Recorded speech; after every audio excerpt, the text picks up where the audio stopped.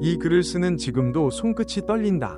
그날의 기억이 아직도 내 안에서 깨어나지 못한 채 살아 숨쉬고 있는 듯하다. 나는 세상에서 가장 운이 좋은 며느리라고 생각했어요. 하지만 시어머니의 가면이 내 딸 앞에서 산산조각 날 줄은 상상도 못했죠. 저는 평택에 사는 43세 여성 강서진입니다. 10년 전 성실하고 따뜻한 남자 강민호와 결혼하면서 평범하지만 안정적인 삶을 꿈꿨습니다. 그리고 그 꿈은 결혼 후 몇 년 동안은 현실이었어요. 처음 시댁에 인사드리러 갔을 때 시어머니 한지원 여사는 저를 꼭 껴안아 주시며 이렇게 말씀하셨죠. 이제 넌 내 딸이야. 그 말 한마디에 눈물이 났습니다. 정말 따뜻했으니까요. 남편 민호는 장남이고 그 아래로 남동생 강준서가 있었습니다. 시댁 형편은 넉넉하진 않았지만 부족하지도 않았어요. 평범한 중산층이었고 그 안에서 우린 서로 위지하며 소박하게 살아갔습니다. 결혼 후엔 시어머니의 배려로 신혼집을 따로 얻어 살게 되었어요. 신혼은 둘이 오붓하게 살아야지. 부담 갖지 말고 편하게 살아. 그 말에 얼마나 감사했는지 몰라요. 명절 때마다 저는 정성껏 음식을 준비했고 시어머니는 늘 제가 만든 음식을 칭찬하며 제게 큰 고기를 집어주시곤 했죠. 우리 서진이는 요리를 참 잘해. 내 손맛 같아. 그렇게 행복하게 시간이 흘렀습니다. 하지만 그 따뜻함은 어느 날 등장한 재벌가 며느리 앞에서 너무도 쉽게 무너졌습니다. 그날부터 저는 시어머니의 눈에도 말에도 존재하지 않는 사람처럼 살아가게 될 줄은 몰랐어요. 가방 하나, 칭찬 몇 마디, 그리고 나를 딸이라 부르던 시어머니는 완전히 변해버렸다. 결혼한 지 2년이 되던 해 남편의 동생 준서가 여자친구를 소개하겠다며 집에 데려오겠다고 했습니다. 시어머니 한지원 여사는 들뜬 목소리로 말했죠. 우리 준서도 이제 장가갈 나이가 됐구나. 얼른 보자. 그리고 그날 류아린이 등장했습니다. 그녀는 명품 103개를 들고 들어왔고 단정하면서도 고급스러운 차림으로 모두의 시선을 사로잡았습니다. 그리고는 첫 마디에 이렇게 말했죠. 어머님이 명품 좋아하신다길래 몇 개 준비했어요. 마음에 드셨으면 좋겠어요. 시어머니의 눈이 반짝이며 열정적으로 반응하셨습니다. 이거 시별표 한정판 아니니? 와, 이건 진짜 내 평생 처음 만져보는 명품이야. 별표. 그날 이후 어머니의 관심은 전부 할인에게 쏠렸습니다. 식사 자리에서도 저는 그저 투명인간이었습니다. 할인은 김치를 한 입 먹고 이렇게 말했습니다. 조금 짠 것 같아요. 백화점 김치가 더 나을 수도 있겠네요. 어머니는 저를 쳐다보지도 않고 고개를 끄덕였습니다. 요즘 서진이가 음식간을 좀 세게 하더라. 그 순간 내 마음은 무너졌습니다. 그날 이후 시어머니는 저를 더 이상 이름으로 부르지 않았습니다. 준서 새언니, 이것 좀 해줘. 이렇게 거리감 가득한 말투로 말이죠. 할인이 집에 오기만 하면 저는 부엌일, 청소, 서빙 담당이었습니다. 반면 할인은 소파에 앉아 시어머니와 다정하게 대화를 나누었죠. 그리고 시어머니는 할인에게 음식을 집어주며 웃음꽃을 피우셨습니다. 어느 날 제가 뜨거운 국을 들고 가다 손을 대어 쏟아버렸는데 할인이 이렇게 말했어요. 언니, 집안일도 연습이 필요하네요. 어머니는 더 심했습니다. 할인이 좀 배워봐. 저렇게 고운 집딸이 예의도 바르잖아. 그 말이 너무나 날카롭게 꽂혔습니다. 남편에게 말했지만 그는 말했죠. 엄마 원래 그런 사람 아니야. 그냥 좀 들떠있을 뿐일 거야. 아니요. 그건 단순한 들뜸이 아니라 차별이었습니다. 저는 조용히 참아냈습니다. 언젠가 진심이 통할 거라 믿으면서요. 하지만 그건 저 혼자만의 환상이었습니다. 어느 날 시어머니는 저를 부르셨습니다. 기대 반, 걱정 반으로 나가보니 할인 생일 선물 이야기를 꺼내셨죠. 할인이 생일이니까 선물 좀 준비해. 실망시키지 말고. 그러면서 시장에서 산 듯한 저렴한 옷을 건네며 말하셨어요. 싼 게 어때서? 마음이 중요하지. 하지만 너무 없어 보이면 안 돼. 그때 저는 확실히 깨달았습니다. 내 진심은 이 집에선 아무 의미도 없구나. 며느리라고 다 같은 며느리가 아니었다. 한 사람은 공주처럼, 또 한 사람은 집안일 전담 하녀처럼. 화려했던 첫 만남 이후 준서와 할인은 서울에서 가장 고급스러운 5성급 호텔에서 결혼식을 올렸습니다. 시어머니는 그날 내내 눈시울을 붉히며 말했죠.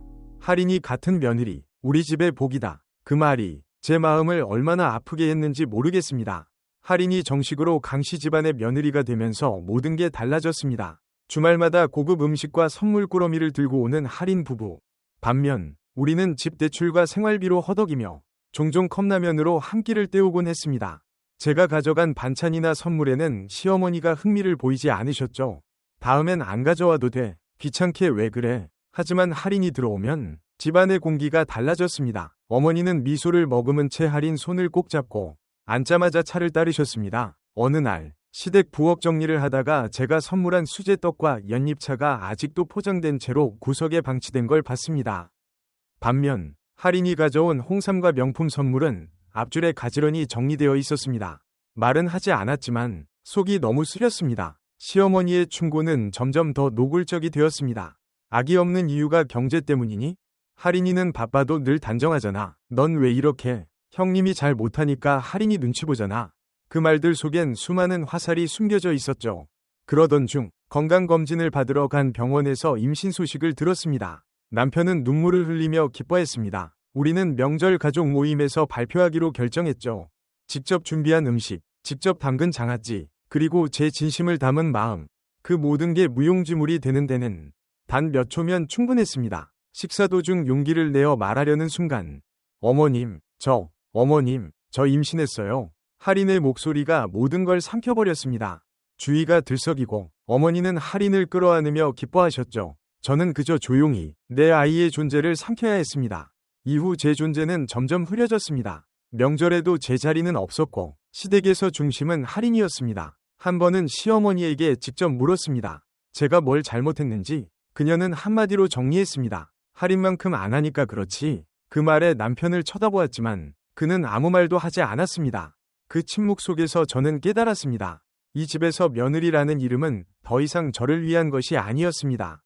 그저 조용히 일하고 조용히 사라지는 존재일 뿐이었죠. 나는 임신했지만 이 집에서 내 아이는 아무도 기다려주지 않았다. 임신 소식을 알게 되자마자 서진의 심장은 터질 듯 벅찼다.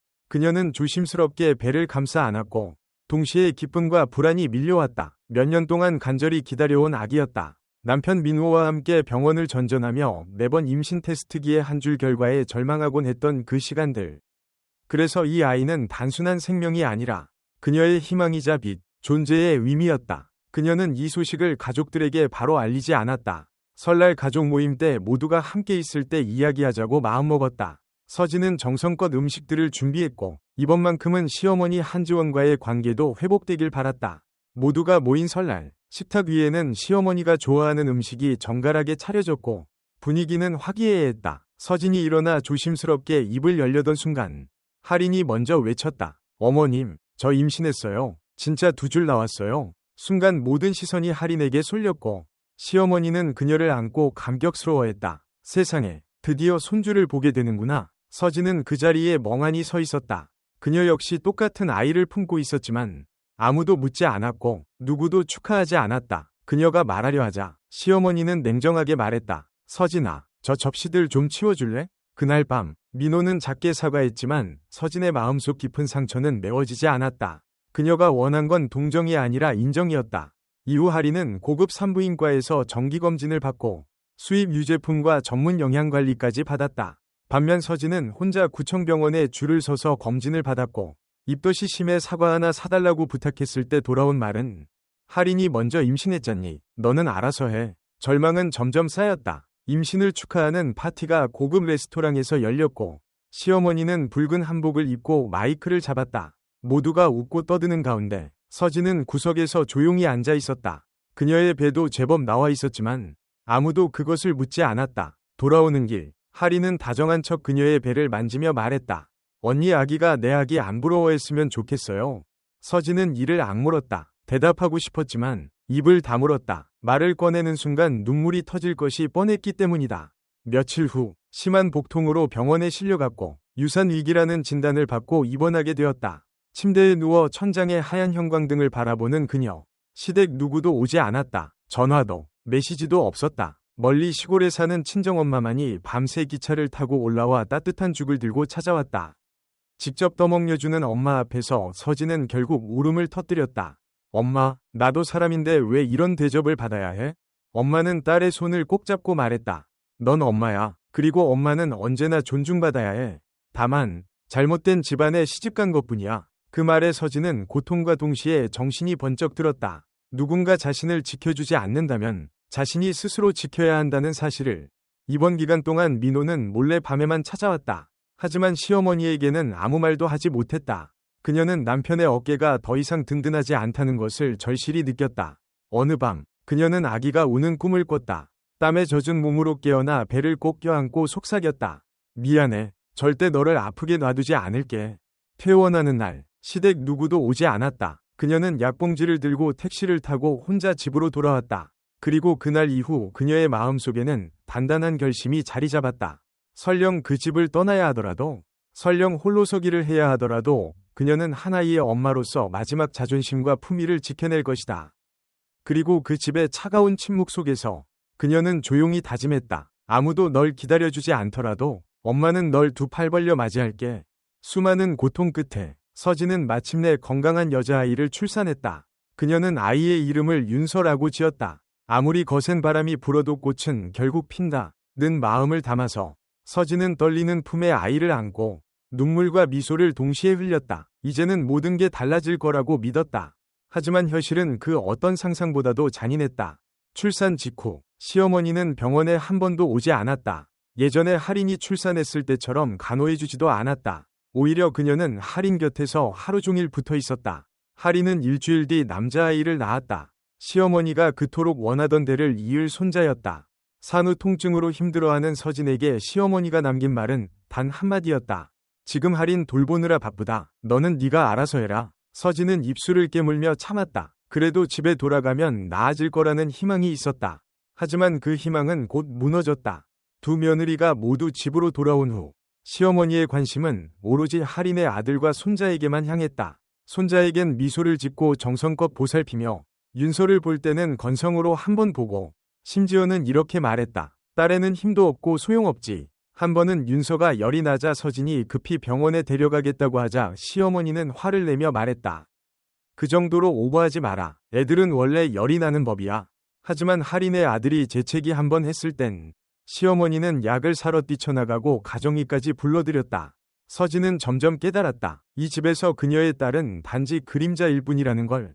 갈등은 한겨울의 어느 날 정점을 찍었다. 당시 윤서는 3살을 넘긴 명랑하고 활발한 아이였다. 정이 메마른 집안 분위기 속에서도 아이는 할머니를 무척 따랐다. 그날은 주말이었다. 온 가족이 모였고 서진은 부엌에서 음식을 준비하고 있었다. 그때 윤서는 할머니 손을 끌며 놀자고 졸랐다. 하지만 시어머니는 손자 때문에 밤새 잠을 못 자고 지쳐 있었고 얼굴을 찌푸리며 윤서의 손을 거칠게 쳐냈다. 윤서는 중심을 잃고 테이블 모서리에 머리를 부딪히며 넘어졌다. 피가 이마에서 흐르기 시작했고 아이는 고통에 울부짖었다. 서진은 그 소리를 듣고 달려와 아이를 안고 외쳤다. 어머니, 도대체 애한테 무슨 짓 하신 거예요? 시어머니는 당황하며 말했다. 고의는 아니야. 그냥 귀찮게 굴어서 살짝 밀었을 뿐이야. 서진은 더 이상 아무 말도 하지 않고 곧장 아이를 안고 병원으로 향했다. 결과는 다행히 외상성 뇌진탕은 아니었지만 충격 이후 윤서는 완전히 달라졌다. 아이의 눈빛은 공포로 얼어 있었고 말을 하지 않고 웃지도 않았다. 엄마를 부르지도 않았고 누구와도 눈을 마주치지 않았다. 정밀 진단 결과는 심리적 충격에 의한 일시적 언어장애, 회복 가능성은 있지만 장기적인 심리치료가 필요하다는 설명이었다. 서진은 무너졌다. 병원 침대 옆에서 그녀는 아이를 껴안고 눈물이 마를 때까지 울었다. 임신 중 겪은 멸시, 출산 후 외면당한 슬픔, 그리고 지금 아이까지 이렇게 된 현실. 모든 고통이 한꺼번에 몰려왔다. 그날 밤, 그녀는 남편 민호를 병원으로 불렀다. 민호는 아무 말도 하지 못하고 고개를 숙였다. 서진은 울부짖었다. 대체 언제까지 눈 감고 있을 거야? 내 아이가 이런데도 아무 말도 못해? 설마 너도 우리 딸을 할인 애보다 못하다고 생각하는 거야? 민호는 침묵했다. 그 침묵이 모든 것을 말해줬다. 그날 이후 서진은 윤서를 매주 심리치료센터에 데려갔다. 그녀는 적은 저축까지 모두 털어 아이를 위한 전문 상담사를 고용했다. 그런데도 시댁은 단 한 번도 윤서를 찾지 않았다. 시어머니는 말하길, 애들은 좀 크면 다시 말하게 되어 있어. 괜히 유난 떠는 거지. 할인은 조롱하듯 웃으며 말했다. 엄마 닮아서 약한가 보죠. 서진은 아이를 품에 안고 마음속에서 무언가가 찢어지는 듯한 고통을 느꼈다. 그때 그녀는 확신했다. 이 집에서 더 이상은 안 된다고. 한 달 뒤, 서진은 조용히 짐을 쌌다. 누구에게 허락을 받을 필요도 없이 남편에게 쪽지 하나를 남겼다. 나와 아이는 이제 다른 삶을 살 거야. 내 아이가 말할 수 있고 사랑받고 사람답게 살 수 있는 그런 곳에서 그녀는 아이를 위한 재활센터 근처에 작은 방 하나를 얻어 새로 삶을 시작했다. 아침에는 아이를 유치원에 데려가고 오후에는 함께 언어 치료를 받고 밤에는 엄마가 어릴 적 불러주던 자장가를 불러주며 아이를 재웠다. 4개월 후 어느 비 오는 오후 윤서는 조용히 말했다. 엄마. 서진은 얼어붙은 듯 멈췄다. 그리고는 아이를 꼭 껴안고 엉엉 울었다. 3달 넘게 침묵하던 아이의 첫 마디였다. 그녀는 확신했다. 자신은 옳은 선택을 했다는 걸. 작고 허름한 방 안, 비싼 한복도, 고급 술도 없지만 진짜 행복이 피어나기 시작했다. 서진은 아이의 이마에 입을 맞추며 속삭였다. 우린 세상이 필요 없어. 우리 둘만 있으면 돼. 윤서가 일시적인 실어증을 겪은 이후 서진은 시댁과의 모든 연락을 끊었다. 그녀는 작은 월세방에서 딸과 함께 조용히 살아가며 매일 딸의 회복을 위해 애썼다. 하지만 시련은 아직 끝나지 않았다. 어느 겨울날 오후 서진의 휴대폰이 울렸다. 발신자는 시어머니 한지원. 받기 싫은 마음에 무시했지만 계속된 전화에 결국 받았다. 시어머니의 목소리는 지쳐 있었다. 서진아, 병원에 잠깐 와줄 수 있니?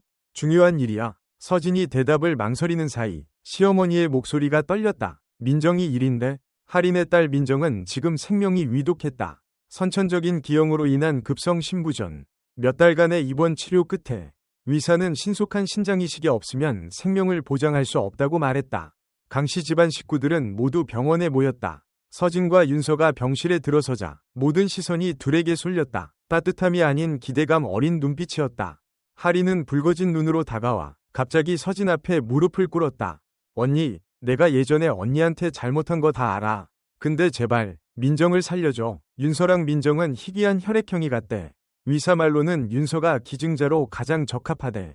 제발 부탁이야. 서진은 충격에 말을 잃었다. 그녀는 병실을 둘러봤다. 시어머니, 전남편 민호까지 모두 고개를 숙이고 있었다. 곧 시어머니가 다가와 그녀의 손을 잡고 말했다. 서진아, 이건 우리가 다시 가족이 될 수 있는 기회야. 만약 네가 동의하면 그동안 못한 걸 다 보상할게. 집도 줄게. 할인도 더는 간섭 안 해. 그 순간 서진은 모든 퍼즐이 맞춰지는 기분이었다. 이것은 제안이 아니라 미리 짜인 덫이었다. 그녀는 딸 윤서의 손을 꼭 쥐었다. 아이는 엄마 뒤에 숨은 채 과거의 기억에 여전히 겁먹은 눈으로 병실을 둘러보았다. 서진은 시어머니를 똑바로 바라보며 말했다. 지금 뭐라고 하셨어요? 말도 못하게 만든 그 아이에게 이젠 신장을 달라고요? 그것도 당신이 귀하게 여기는 손주를 위해서요? 한지원은 당황의 시선을 피했다. 그게 아니야. 단지 살릴 수 있다면 살려야 하지 않겠니? 할인은 눈물을 뚝뚝 흘리며 다시 무릎을 꿇었다. 내가 잘못했어. 하지만 민정이는 죄가 없잖아. 언니가 원한다면 내 지분, 재산 다 줄게. 뭐든지 다 해줄게. 민정이만 살릴 수 있다면. 서진은 냉소적으로 웃었다. 네가 내 고통을 웃어넘기던 그때 생각해봤니? 내 아이가 3달을 말도 못하고 침묵만 하던 그 시간. 난 죽고 싶었어. 지금 와서 그 아이의 신장을 달라고? 방 안의 공기가 얼어붙었다. 그녀는 민호를 바라보았다. 그는 여전히 침묵. 서진은 이를 악물며 물었다. 당신도 그들과 같은 생각이지? 민호는 당황한 듯 중얼거렸다. 난 그냥 아이 하나라도 살리고 싶어서. 서진은 뒷걸음질치며 딸을 품에 안았다. 좋아, 내 딸은 당신들 가족이 아니라고 생각하세요. 내 아이의 장기를 절대 기증하지 않을 거예요. 누가 손대기라도 하면 지옥을 보게 될 거야. 그녀는 아이의 손을 잡고 병실을 나섰다. 모두는 그저 멍하니 바라볼 뿐이었다. 그날 밤 시어머니는 서진의 집 앞을 찾아와 문 앞에 무릎을 꿇고 울며 애원했다. 제발 우리 손주 좀 살려줘. 제발 부탁이야. 나는 이제 늙었어. 잃을 것도 없어. 서진은 문을 열고 차갑게 말했다. 내 아이가 울던 날 당신은 등을 돌렸잖아요. 다쳤을 때도 시간 지나면 낫는다고 하셨죠. 그런데 이제 와서 내 아이더러 누굴 살리라고요? 한지원은 아무 말도 하지 못했다. 서진은 또박또박 말했다. 나는 당신을 용서했어요. 하지만 내 아이의 몸 일부를 의성과 바꾸진 않겠어요. 돌아가세요. 우리 사이엔 이제 아무것도 남지 않았어요. 문이 닫혔다. 이번엔 영원히. 그날 이후 강씨 집안에서는 누구도 서진의 이름을 입에 올리지 않았다. 윤서는 모든 고통을 지나 지금은 평온하게 살고 있다. 누구의 요구도 강요도 받지 않는 온전한 몸과 마음으로. 그리고 서진은 한때 벼랑 끝까지 내몰린 엄마였지만 이제는 본능으로 딸을 지킬 줄 아는 진짜 어머니가 되었다. 그녀는 윤서에게 조용히 속삭였다. 엄마는 어디에서 태어날지 선택할 수 없었지만 넌 어디에서 자랄지는 엄마가 정할 거야. 그리고 거긴 어둠이 없는 곳이야. 서진이 딸의 신장 기증을 단호히 거절한 이후 그녀는 모든 고난이 끝났다고 믿었다.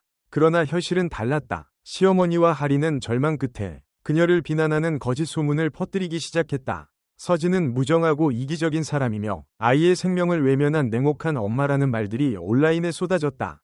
SNS에는 익명의 계정들이 서진과 윤서의 사진을 퍼뜨리며 조카를 살릴 기회를 외면한 무자비한 엄마라는 자극적인 문구를 달았다. 일부 댓글은 그녀가 딸을 이용해 동정심을 유도한다고 왜곡하기까지 했다.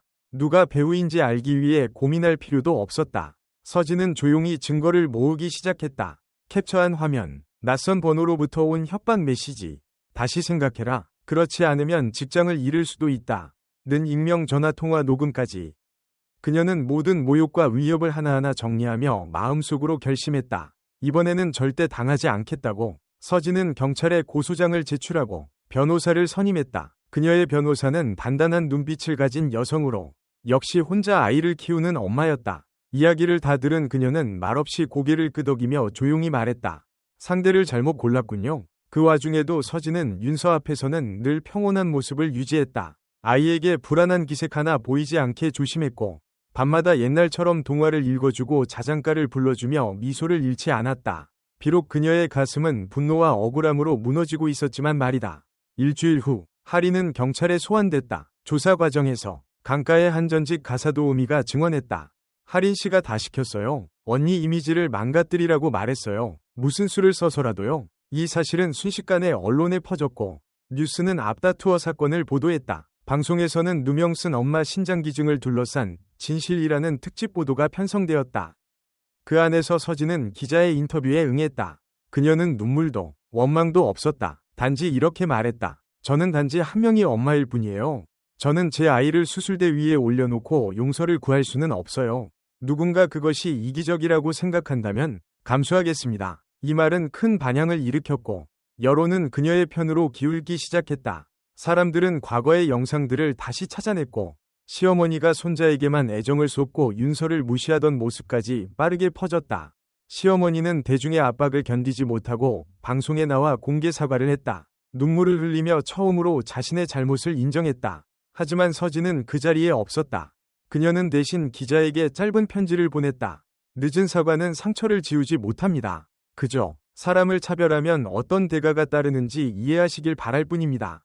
하리는 각종 사교 모임에서 퇴출되었고 연쇄적으로 비즈니스 계약이 취소되었다. 그녀의 가족은 재정적으로도 흔들리기 시작했다. 겉으로는 화려했던 그녀의 민낯이 드러나자 주변 사람들도 하나둘 등을 돌렸다. 한편 서진은 아동권리보호단체로부터 자문 요청을 받았다. 그들은 그녀의 조용하지만 강인한 아이 보호 방식에 깊이 감동했다. 그녀는 소규모 세미나에 참여해 같은 상황을 겪고 있는 다른 미혼모들에게 자신의 경험을 나누기 시작했다. 어느 날 대형 방송국에서 포기하지 않은 여성들이라는 다큐멘터리 주인공으로 출연 제안을 받았지만 서진은 무대에 서는 걸 거절하고 영상으로 대신했다. 영상 속에서 그녀는 단 한 문장만 남겼다. 저는 유명해지고 싶지 않아요. 그저 제 아이가 평범한 아이처럼 웃고 말하고 어둠을 무서워하지 않게 살길 바랄 뿐이에요.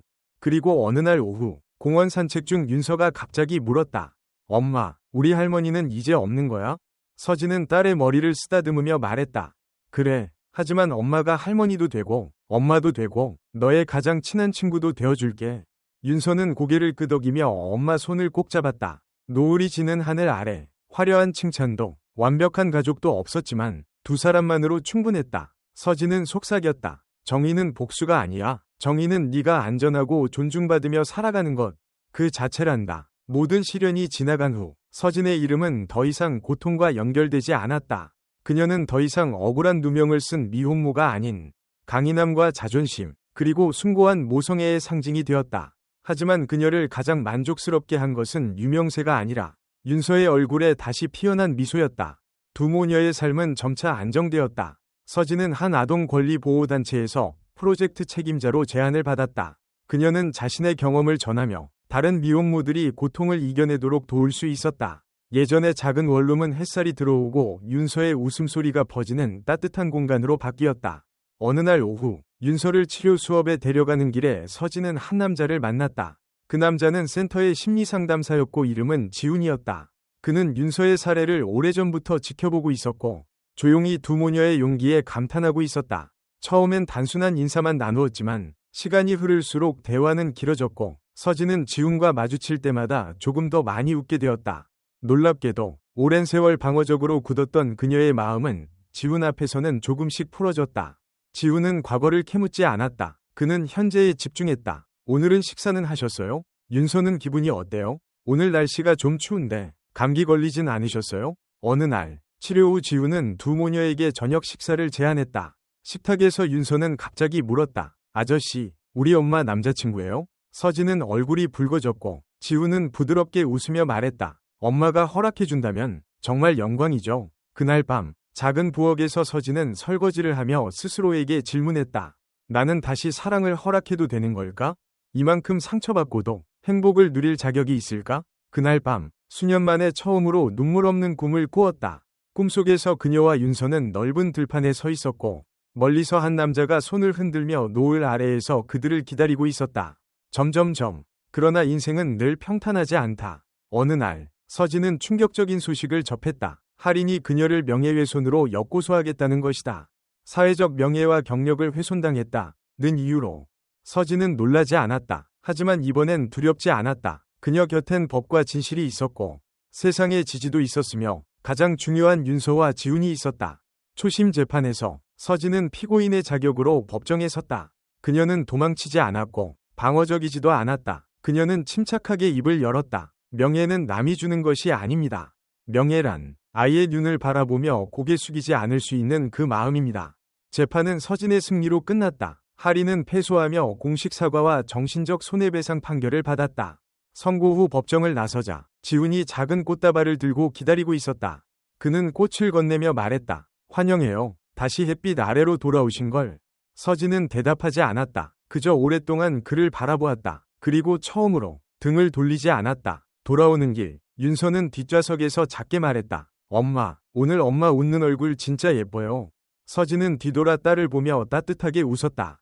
그래, 엄마는 지금 진짜로 살고 있거든. 너를 위해서, 그리고 나 자신을 위해서. 그렇게 산산조각 난 줄 알았던 삶 속에서 조용히 새로운 시대가 시작되었다. 사랑, 친절함, 그리고 빛을 선택할 용기를 지닌 사람들의 시대였다. 서진은 마침내 오랜 어둠에서 벗어나 따뜻한 빛 아래로 걸어나왔다. 그녀의 삶은 조용히, 그러나 단단하게 회복되어 가고 있었다. 더 이상 눈물을 감추지 않아도 되었고, 딸 윤서도 밝은 웃음을 되찾았다. 지훈과의 관계도 자연스럽게 깊어져 갔다. 그는 서진에게 서두르지 않았고, 그녀가 마음을 열 때까지 기다릴 줄 아는 사람이었다. 그와 함께 있는 시간 동안, 서진은 처음으로 편안함이라는 감정을 느꼈다.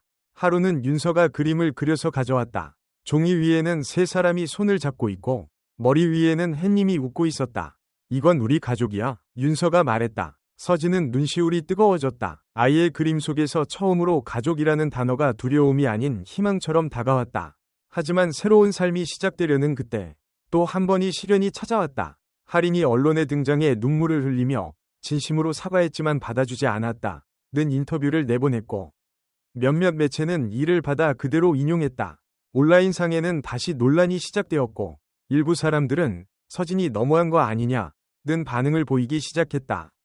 이번에는 서진이 먼저 움직였다. 그녀는 기자회견을 열지 않았다. 대신 단 한 장의 사진과 한 문장을 SNS에 올렸다. 사진은 윤서가 그린 그림이었고 문장은 이렇게 쓰여 있었다. 나는 내가 지켜야 할 단 한 사람을 지켰을 뿐입니다.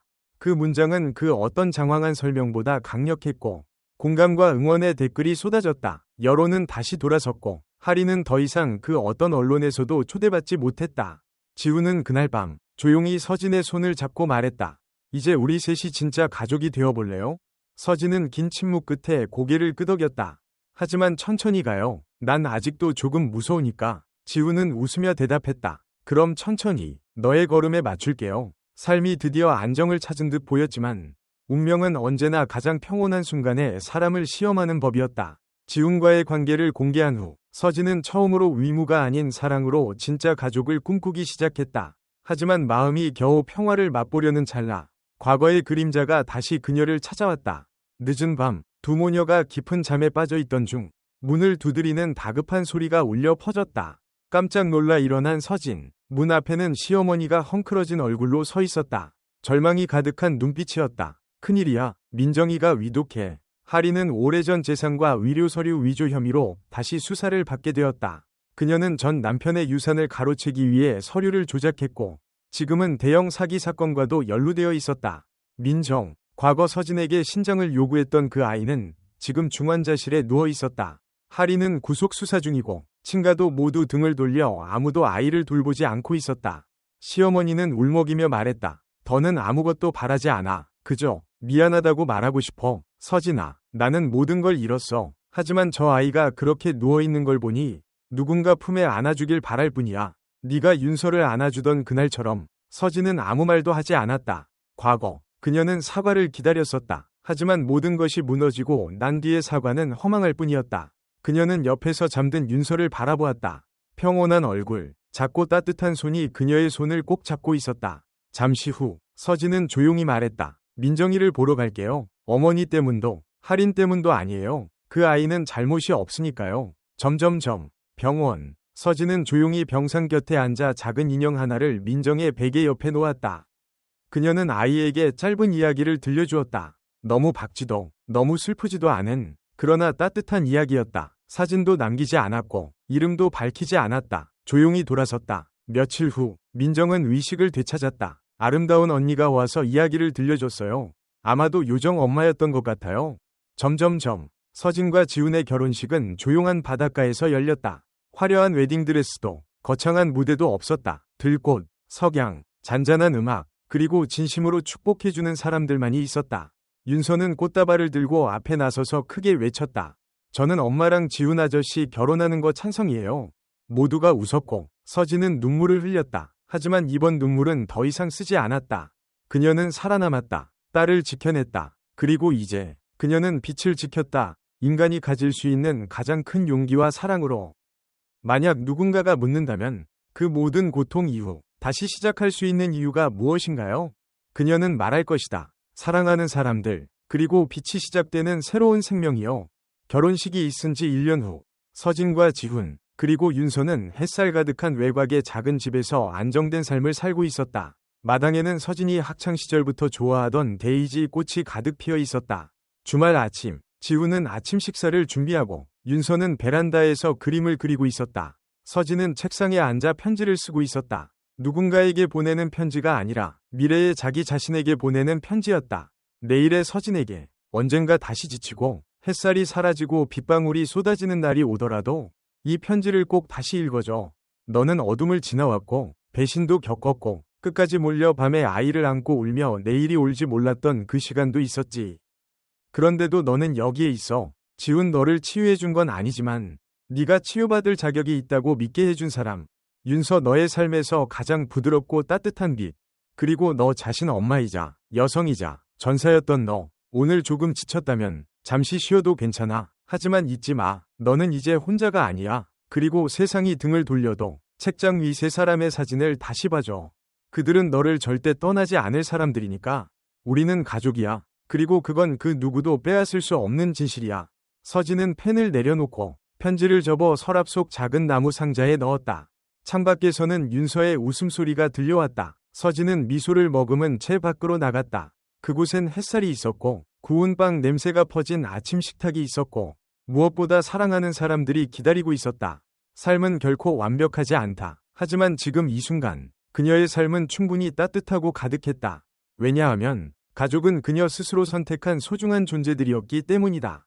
윤서는 이제 초등학교 1학년이 되었다. 입학 첫날 하얀 땡땡이 원피스를 입고 머리를 양갈래로 묶고 새 가방을 꼭 안은 채 엄마의 손을 놓지 않았다. 엄마, 나 친구 생길 수 있을까? 서진은 아이의 뺨을 쓰다듬으며 무릎을 꿇고 미소 지었다. 당연하지. 넌 분명 누구에게나 최고의 친구가 될 수 있어. 학교 종이 울리자 윤서는 잠시 망설이다가 엄마에게 달려와 꽉 안겼다. 엄마, 너무 멀리 가지 마요. 서진은 아이를 부드럽게 안으며 속삭였다. 엄마는 항상 곁에 있을 거야. 내 마음 속에. 지훈은 멀리서 조용히 그 장면을 카메라에 담았다. 윤서의 첫 학기, 첫 사진.